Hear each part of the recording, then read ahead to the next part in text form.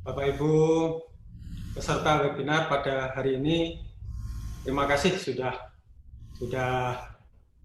hadir di acara yang sangat penting yang dilaksanakan oleh Bapak Ibu dari GTK tentang pengendalian mutu di era Merdeka Belajar ini ya.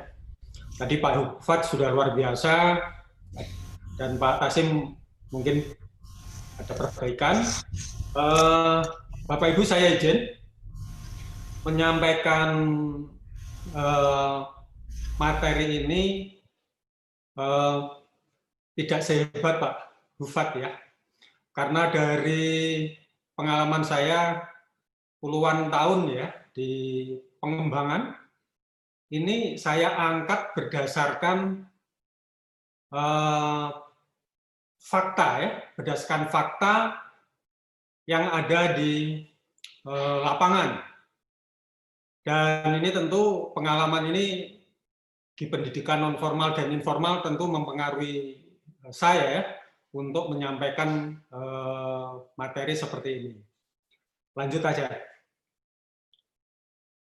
Nah, pada intinya kebijakan Mendikbud tentang Merdeka Belajar itu memberikan kesempatan belajar.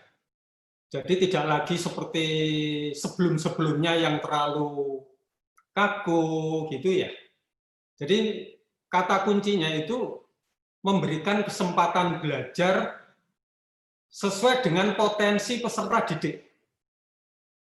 Dan dengan adanya kebijakan Merdeka Belajar ini peluang sebenarnya, terutama di pendidikan non formal.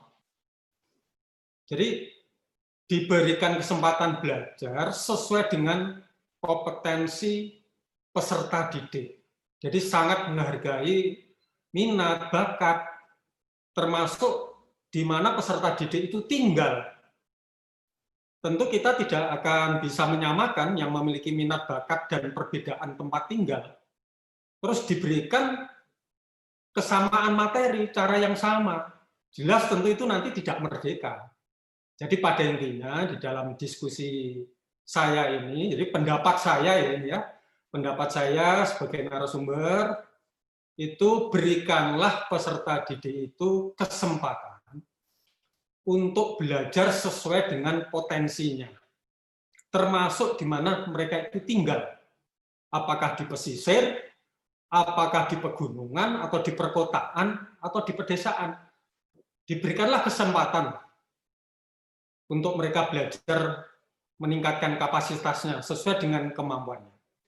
Nah, tentang Merdeka Belajar ini, kita sama ya Pak Fuad ya, Prof. Jadi ada 5 yang disampaikan oleh Pak Mendikbud itu, di Merdeka Belajar itu. Ya, tadi sudah disampaikan kan, ada menghapus UN. UN kan kebanyakan kan kognitif ya, ujiannya gitu kan. Kayaknya kok belum sempurna lah kalau hanya memburu kognitif gitu. Kemudian sekarang tadi juga disampaikan itu ada AKM ya, asesmen kompetensi minimal. Dan asesmen kompetensi minimal ini jangan dibayangkan seperti UN, ada ujian yang terlalu kaku. Dia akan menyesuaikan dengan kelengkapan sarana prasarana di satuan pendidikan itu, kompetensi guru itu. Jadi tidak langsung menguji kompetensi peserta didik. Tadi disampaikan oleh Prof. Hufat kan bisa dengan portofolio gitu. Itu yang kemudian penyederhanaan RPP. RPP ini kan administratif. Jadi kalau terlalu banyak ya pasti akan mengganggu waktu guru untuk membimbing putra-putrinya, peserta didik. Gunakanlah nanti teknologi, nanti kita sampaikan. Kemudian PPDB tentang seleksi. Oke. Yang kedua, gelombang yang kedua itu terutama di perguruan tinggi ya, Pak Prof. Hufat ya. Jadi mahasiswa itu kuliah aja 5 semester, terus 3 semester bisa mendapatkan dari berbagai hal, di pabrik, di perkebunan, di proyek, 3 semester itu. Nah itu kan leluasa sekali itu. Daripada kita 8 semester berada di kampus gitu. Kan lebih leluasa itu. 5 semester di kampus, 3 semester di luar untuk mencari pengalaman lain. Kemudian penyempurnaan BOS.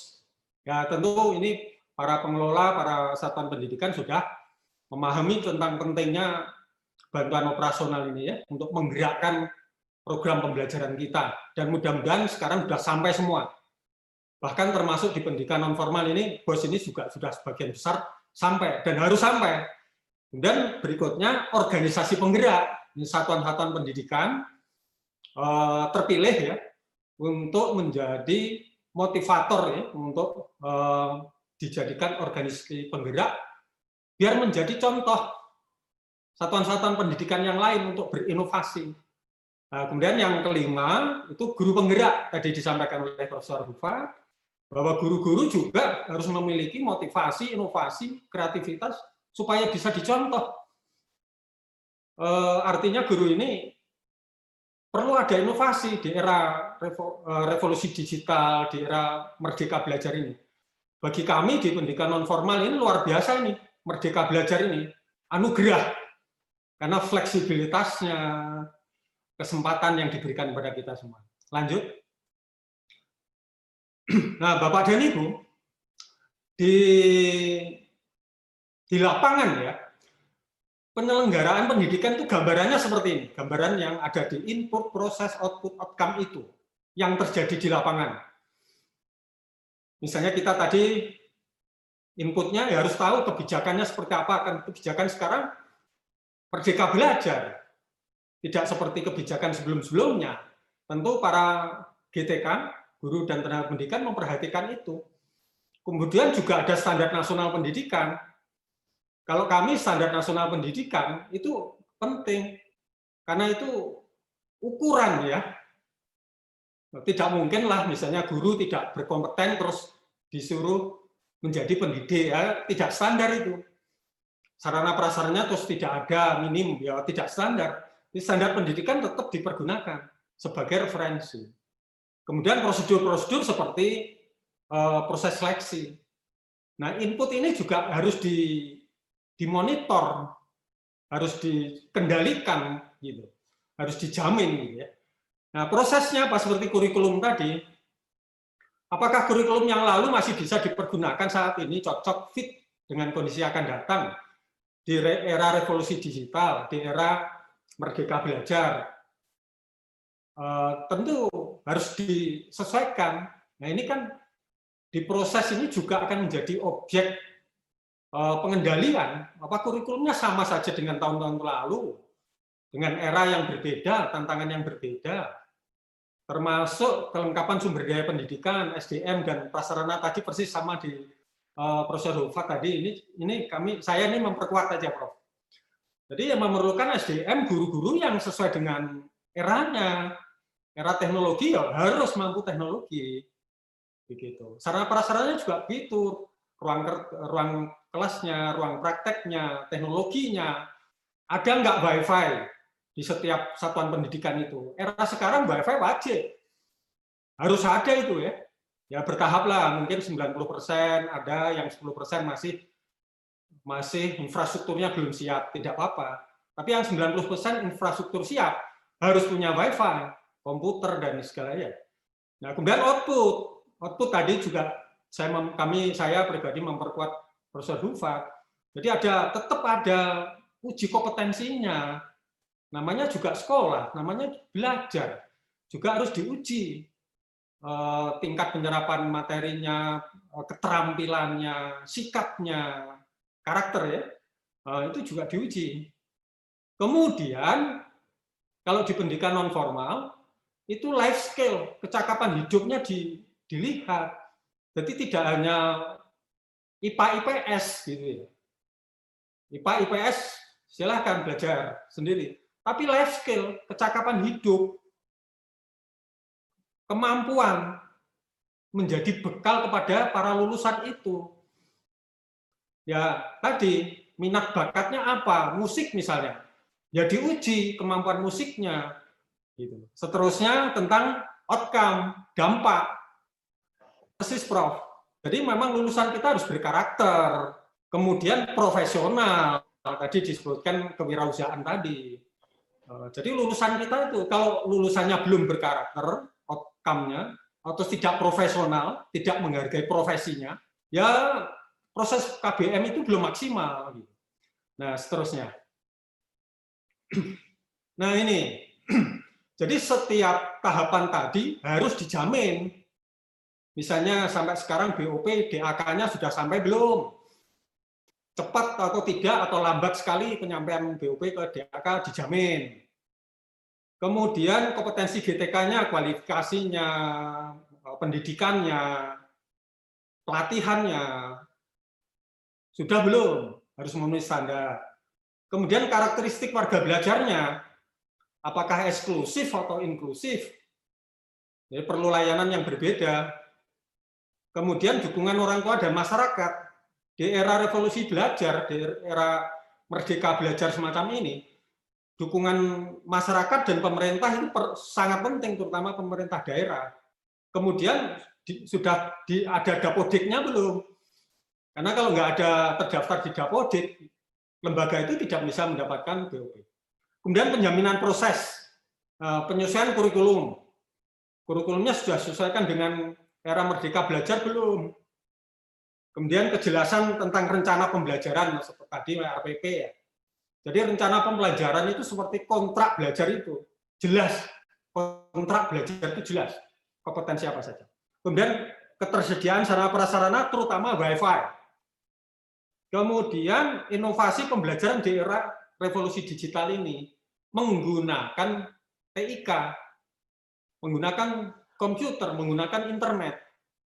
Kemudian penjaminan hasil, standar kompetensi lulusan tadi harus ada setiap tahapan itu. Kalau dia naik kelas 1, berarti dia kompeten di kelas 1 itu. Kalau dia naik ke kelas 2, lulus, naik ke kelas 3, dia kompeten di kelas 2 itu. Kompetensinya yang diukur. Kemampuan apa yang dimiliki setelah dia belajar. Kemudian yang ketiga, keselarasan kompetensi dengan budi atau kemandirian. Jadi anak-anak itu diberikan pengalaman agar supaya kemampuannya itu sesuai dengan dunia kerjanya. Tidak hanya kita buru sainsnya, tapi juga diburu kompetensi menghadapi dunia kerja atau kemandirian. Kemudian ada kompetensi lanjutan di, misalnya kalau mau ke perguruan tinggi, ya dia harus disesuaikan dengan kompetensi masuk ke perguruan tinggi. Kan yang menguji ujian perguruan tinggi kan perguruan tingginya. Kalau misalnya kita tidak siapkan kemampuan-kemampuan untuk masuk ke perguruan tinggi, apa saja yang akan diujikan? Kalau anak-anak nanti mengikuti tes perguruan tinggi kan tidak akan memadai, dan itu harus menjadi ukurannya juga. Karena yang ngetes masuk ke perguruan tinggi itu perguruan tinggi. Jadi kita harus tahu itu indikator-indikatornya kompetensi di perguruan tinggi. Dan itulah yang dikenalkan ke peserta didik kita. Yang terakhir, yang kaitannya dengan karakter profesional, dan yang penting Bapak dan Ibu semuanya ya, kita harus bisa menjamin setiap lulusan itu tidak nganggur lagi, miskin lagi. Ini saya pribadi menekankan ini. Jadi sekolah itu juga harus memantau setelah lulus, apakah lulusannya itu menganggur atau miskin lagi. Kalau lulusannya menganggur, miskin lagi, berarti selama mereka belajar, apa yang dipelajarinya? Harus terkontrol itu, tidak hanya proses. Tapi harus terkontrol bahwa sistem pendidikan kita tidak membuat beban lagi kepada pemerintah setelah itu. Jadi dikurangi, mengupayakan pengurangan, lulusannya itu tidak miskin dan tidak nganggur lagi, sehingga nggak menjadi beban pemerintah. Saya kira itu saja, karena memang 15 menit. Mohon maaf. Terima kasih. Assalamualaikum warahmatullahi wabarakatuh. Waalaikumsalam warahmatullahi wabarakatuh.